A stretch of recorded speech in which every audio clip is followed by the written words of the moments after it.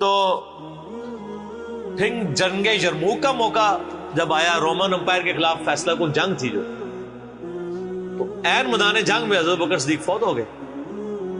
حضرت عمر نے پہلا ڈیسیژن یہ کیا کہ خالد بن ولید کو آرمی چیف کے عہدے سے معزول.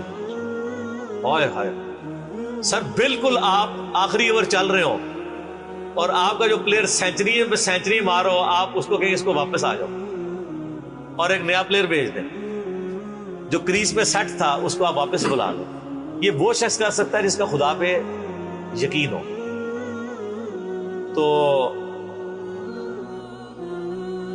اور آپ کو پتہ ہے حضرت عمر کے رشتہ دار تھے قریبی، انہی کے قبیلے سے تھے حضرت خالد بن ولید. حضرت خالد بن ولید کو پتا تھا کہ یہ اگر عمر خلیفہ بنے گا نا تو پھر میرا معاملہ پہلے ہوگا. اور وہی ہوا، ابو عبیدہ ابن جراح کو بنا کے بھیج دیا.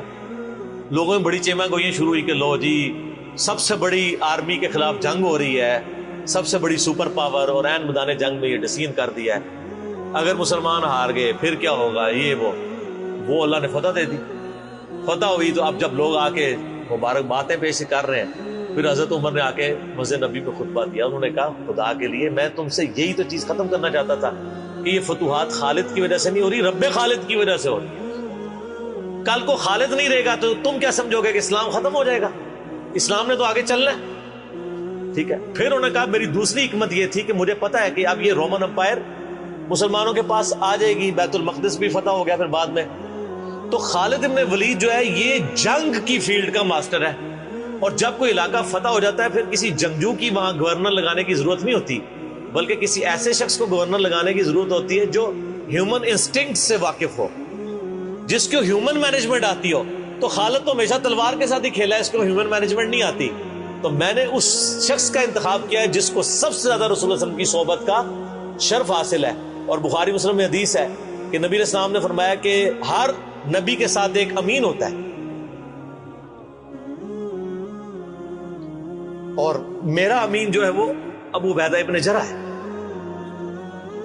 ان کو پھر یعنی یرموک میں حضرت عمر نے یعنی آرمی چیف لگایا اور فتح ہوئی. اس کے بعد بیت المقدس بھی فتح ہو گیا، کیونکہ ابو عبیدہ جو ہے وہ شروع کے مسلمانوں میں سے، مکی دور کے. اب بعد میں لوگوں کو اسلام سکھانا تھا تو ایسے بندے کی ضرورت تھی. تو پھر حضرت عمر آپ کو پتا نا دورے پہ بھی گئے تھے بیت المقدس کی چابیاں لینے کے لیے. تو وہاں پہ کئی واقعات ہیں، ان میں سے ایک جو واقعہ ابو عبیدہ کا جو کہ ذکر ہوا ہے، تو اس کے بعد حضرت عمر ابو عبیدہ کو کہتے ہیں مجھے اپنے اب آپ آفس میں لے چلو.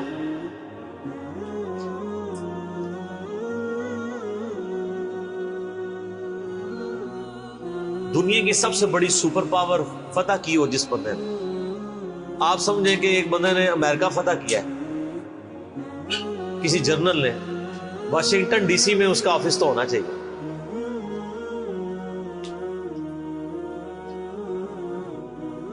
حضرت عمر رضی اللہ تعالیٰ عنہ کو ابو عبیدہ جب اپنے یعنی آفس میں لے کے گئے تو آفس کیا تھا؟ اسی قلعے کا ایک پرانا سا کمرہ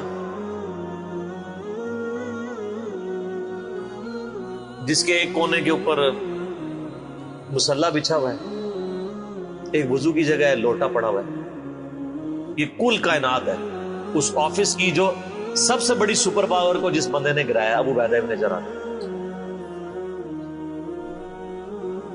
حضرت عمر رضی اللہ تعالیٰ عنہ کی آنکھوں میں آنسو آ گئے. انہوں نے فرمایا کہ دنیا نے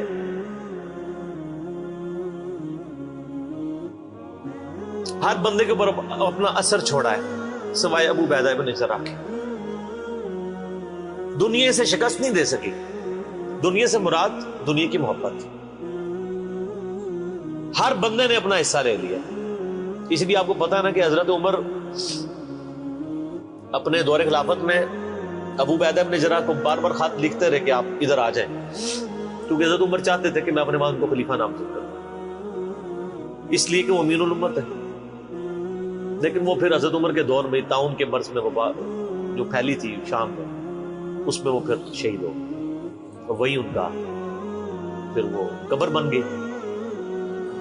سر میرا سوال ہے کہ طاعون کا مرض آپ کو پتا ہے کہ کیا تھا؟ جسم پہ پورے پھوڑے نکلتے تھے کینسر کے.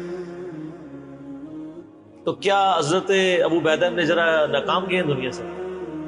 کیسا جی کوئی بندہ مرا تھا، بڑا نورانی چہرہ تھا، یہ تھا وہ تھا. ہر بندے نے اپنے بنائے ہوئے. ایک بندہ پھوڑوں کی تکلیف سے مرا ہے، بخاری مسلم کی حدیث ہے، جو طاعون کے مرض میں مرا وہ شہید ہے. تو وہ مرے تو بستر مرگ پہ ہے لیکن شہید ہے. اور دوسری طرف خالد بن ولید آپ دیکھ لیں، سینکڑوں جنگوں میں حصہ لیا انہوں نے، کسی ایک جنگ میں شکست نہیں کھائی، حتیٰ کہ جو کافروں کی طرف سے بھی غزوہ احد لڑی ہے اس میں بھی ان کو شکست نہیں ہوئی. جسم پہ حضرت خالد بن ولید کہا کرتے تھے میرے جسم کا کوئی حصہ نہیں جس پہ برچھی یا نیزے یا تلوار کا نشان نہ ہو. ظاہر ہے اتنی جنگوں میں زخم لگ گئے، لیکن میں بھی آج ایک بوڑھے اونٹ کی طرح بستر مرگ پہ مر رہا ہوں. میں نے سینکڑوں جنگوں میں اپنی موت کو تلاش کیا لیکن موت نہیں آئی. اس کا مطلب ہے موت جو ہے وہ اس پہ ڈیپینڈنٹ نہیں ہے کہ آپ میدان جنگ میں گئے ہوئے. ان کو موت میدان جنگ میں اس لیے نہیں آنی تھی کہ وہ اللہ کی تلوار تھی، اللہ کی تلوار تو نہیں ٹوٹ سکتی تھی. تو ان کا آج میں بھی بوڑھے اونٹ کی طرح بستر مرگ پہ مر رہا ہوں. صرف میں تمہیں یہ بتانا چاہ رہا ہوں کہ موت کا میدان جنگ سے کوئی تعلق نہیں. ویسے تو مسلم شریف میں حدیث ہے جو شخص شہادت کی تمنا کے ساتھ اپنے بسترے پہ بھی مرا اللہ تعالیٰ اسے شہید ہونے کا ثواب دے دے. ہمیں نیت کرنی چاہیے. یہ حضرت خالد بن ولید کے شعر ہیں کہ میں بھی اگر موت میدان جنگ میں آتی تو مجھے آتی جس نے سینکڑوں مار کے لڑے ہیں. اور سر پیچھے بیٹھ کے نہیں آج کل کے جرنیلوں کی طرح، فرنٹ سے لیڈ کر.